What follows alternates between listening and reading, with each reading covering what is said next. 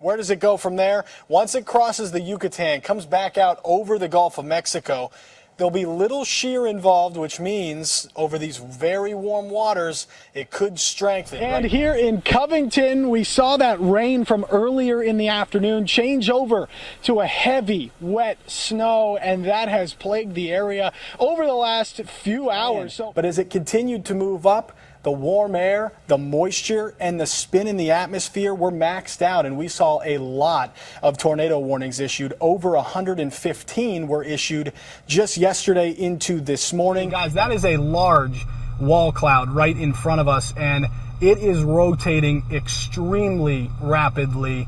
If there is not a tornado on the ground, there likely will be here in just a few minutes. Guys, we're here in Wynn, and again, we've been driving around surveying some of this damage, and we're going to continue to do so into the evening. But just take a look at this. A trailer home picked up, flipped upside down, and thrown about 10 yards. The atmosphere out there is very conducive of it. So we see a little bit of a spin in the atmosphere right here where that red and green comes together. I also see a little bit of spin right here. Again, that's outside of the warning box, but something that the National Weather Service here in Memphis is monitoring very, very closely because Daniel, that's exactly right, and more sunshine on the way. We had a ton of rain this past week. Between 3 and 5 inches fell widespread over the last 7 days, and that was accompanied by snow and ice melt that we saw for a week or so of just those bitterly cold temperatures. But now things are turning more mild and a lot drier out there. Clouds starting to break up. Obviously can't see that now, but Beale Street is drier than what we saw last night, and nobody had an umbrella out there, but there were some jackets, and you're going to need the jacket tomorrow morning, especially when you head out the door. 34 degrees right now in the city of Memphis, 30 down in Oxford, still at 41 in Corinth, but things are cooling off quite a bit with a breeze from the north. These temperatures probably hang right around or just below the freezing mark for some as we head into the overnight hours. Slowly getting back up near 40 degrees, but not until 10 or 11 o'clock tomorrow morning. So very chilly to start off this work week. Make sure that you've got that jacket when you head out the door. You might even need the hat as well.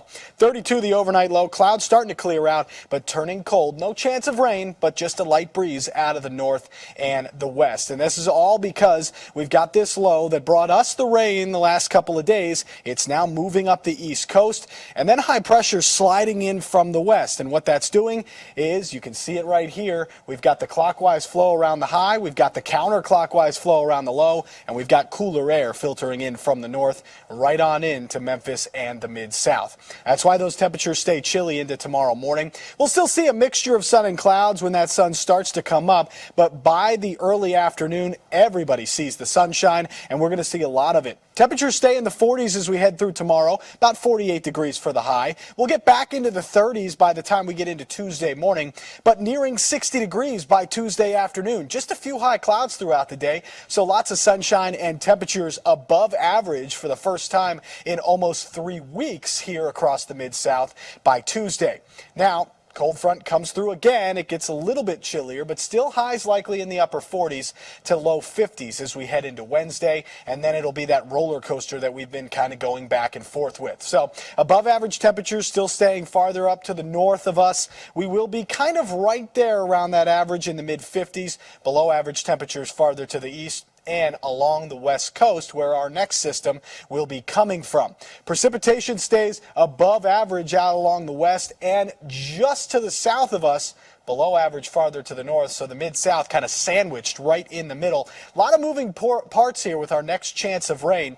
You got high pressure moving in from the north as we head into next weekend, so almost 6 to 7 days from where we're at now. A system sliding eastward from the west coast, likely to track farther to the south. Now, depending on how strong that high pressure is, it may push the system all the way to our south. We may not see any rain at all. But if high pressure is a little bit weaker, that system's allowed to move north, and the mid-south sees some rain next weekend. So a lot of moving parts there. But the good news is, from now all the way through at least Groundhog Day on Friday, no chance of rain. Just a few clouds here and there. Overnight lows in the 30s. Highs will be in the 40s some days, and nearing 60 again by the end of the week, not only on Tuesday, with that next chance of rain possible by next weekend. Mr. Yarosewick.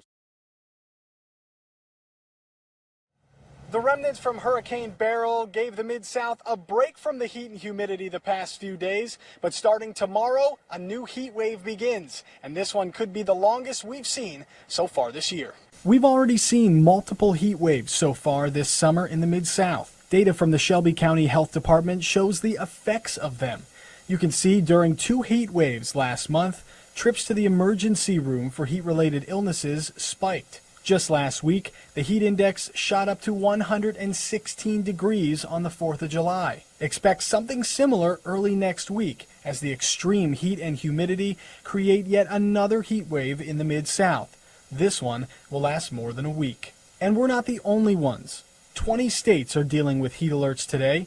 The high temperatures in California are affecting our food supply. When we get these kind of extreme temperatures like this, we see a lot of our produce, whether it's fruits and nuts, as well as vegetables, they can actually slow down a little bit on the ripening side. And in Las Vegas, record heat on Sunday, 120 degrees. These crayons melted in the sun. Another surprising impact from the heat in Vegas, shattering glass. In the window, it was just like sizzling from the heat. That pane that's facing the sun can actually get up to close to 300 degrees. The glass starts to expand. It has nowhere to go. Now, we don't expect to get quite that hot, but you always need to be careful during a heat wave. Stay inside as much as possible. Make sure to drink plenty of water and stay cool whenever you can. In Memphis, meteorologist Yarosewick, Fox 13 News.